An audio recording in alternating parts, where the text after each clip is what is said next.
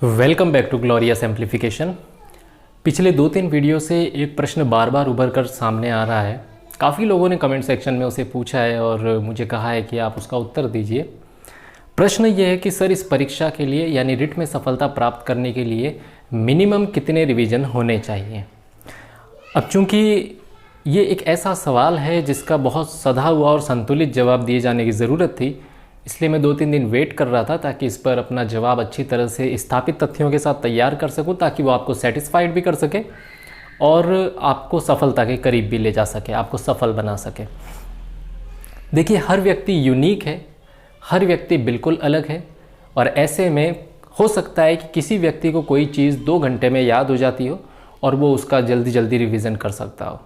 कोई ऐसा भी व्यक्ति हो सकता है जिसे वही चीज़ 20 मिनट में ही याद हो जाती हो और वो उसका अगले 10 मिनट में रिवीजन भी अच्छी तरह से कर सकता है। तो हर व्यक्ति यूनिक है, लेकिन हम यहाँ एज ए होल बात करेंगे, जनरली बात करेंगे कि जनरली परीक्षा से पहले कितने रिवीजन अगर हो जाते हैं तो हमें खुद को कंफर्ट जोन में मान लेना चाहिए। जहाँ तक आपके सामान्य नज़रिए का सवाल है तो सामान्य तौर से आप ये देखिए कि कम से कम 3 से 4 रिवीजन आपके पूरे सिलेबस के होने चाहिए। ये 3-4 जो भी रिवीजन हैं ये बहुत सुकून के साथ, बहुत शांति के साथ होने चाहिए। इसमें जल्दबाजी न हो।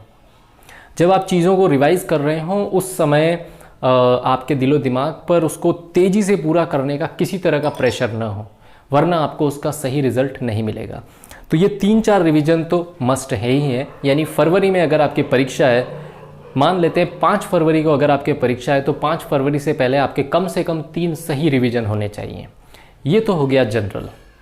अब इसके बाद हम आगे बढ़ते हैं कि हर व्यक्ति के कुछ एरियाज़ बहुत स्ट्रांग होते हैं और कुछ एरियाज़ ऐसे होते हैं जो मध्यम दर्जे के होते हैं, जबकि कुछ ऐसे हैं जिसमें उसे बहुत मेहनत करने की ज़रूरत है, वो वीक होते हैं।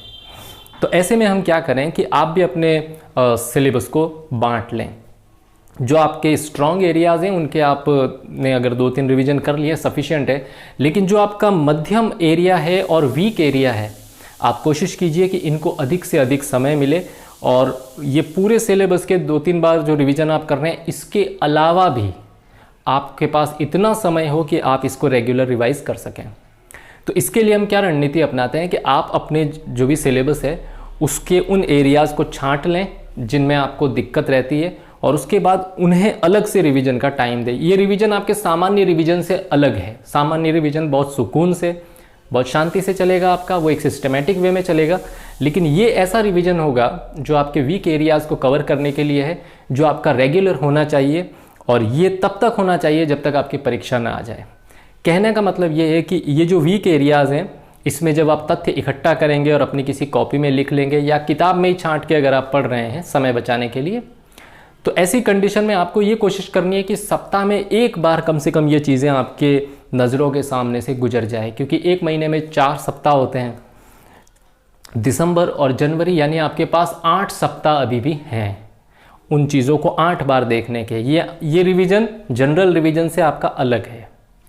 इसके अलावा आप एक काम करें कि जो लैंग्वेजेस है, तो भाषाओं के अंदर आपको ये ध्यान रखना है कि वो चीज़ें जो आपको लगातार सिर्फ याद ही रखनी है, जिन्हें समझने का कोई शॉर्टकट नहीं है, जैसे विलोम शब्द हो गए, अंग्रेजी में कहूँ तो सिनोनिम्स हैं, एंटोनिम्स हैं, तो इनका कोई शॉर्टकट नहीं है, तो इन्हें आपको बार बार पढ़ना ही पड़ेगा। तो आप इस तरह से अपनी रणनीति बनाएं कि ये चीज़ें जो है जिन्हें लगातार रिवाइज करने की ज़रूरत है, ये बिल्कुल अलग आ जाए और बाकी सामान्य सिलेबस आपका अलग आ जाए।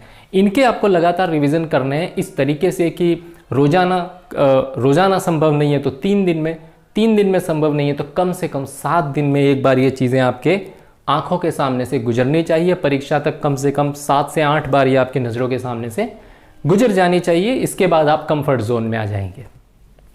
अब रहा आपके मनोविज्ञान का सवाल, शिक्षा शास्त्र और जिसे आप बाल विकास कहते हैं। तो शिक्षा शास्त्र के अंदर अगर आप देखेंगे तो सामाजिक विज्ञान के अध्यापन की विधियां हैं या गणित विज्ञान के अध्यापन की विधियां हैं। तो ये ऐसी चीज़ें हैं कि इन्हें आप 2 या 3 बार पढ़ेंगे तो कंसेप्ट आपका पूरा क्लियर हो जाएगा।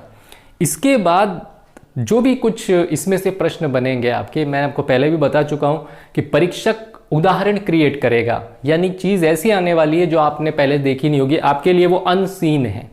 कंसेप्ट क्लियर है लेकिन प्रश्न जो आएगा वो अनसीन है, वो सेल्फ क्रिएटेड है, जो परीक्षक द्वारा क्रिएट किया गया होगा। सेम कंडीशन आपके बाल विकास के अंदर भी है। कंसेप्ट आपका क्लियर होगा, लेकिन जो क्वेश्चन आप परीक्षा में देखेंगे वो 18 क्वेश्चन, कुल 30 में से वो 18 क्वेश्चन, तो वो आप मान कर चलिए कि आपके लिए अनसीन है, और तभी आप कर पाएंगे जब आप बहुत बेटर तरीके से कंसेप्ट को समझते हो। शिक्षा शास्त्र और बाल विकास की रिवीजन के लिए मेरा ये मानना है कि हमें इसको रेगुलर समय देने की ज़रूरत है। रेगुलर समय देने का मतलब ये है कि आपके पास 24 घंटे हैं, उसमें से आप कम 1 घंटा ऐसा रखें जो आप इस विषय को पूरी तरह से डिवोट कर सकें। उसकी वजह यह है कि इसके अंदर आपको निरंतर, जितनी बार आप किसी कंसेप्ट को पढ़ेंगे उतनी ज़्यादा चीज़ें आपकी अपने आप क्लियर होगी और परीक्षा में आप एक बेटर कंडीशन में आएंगे।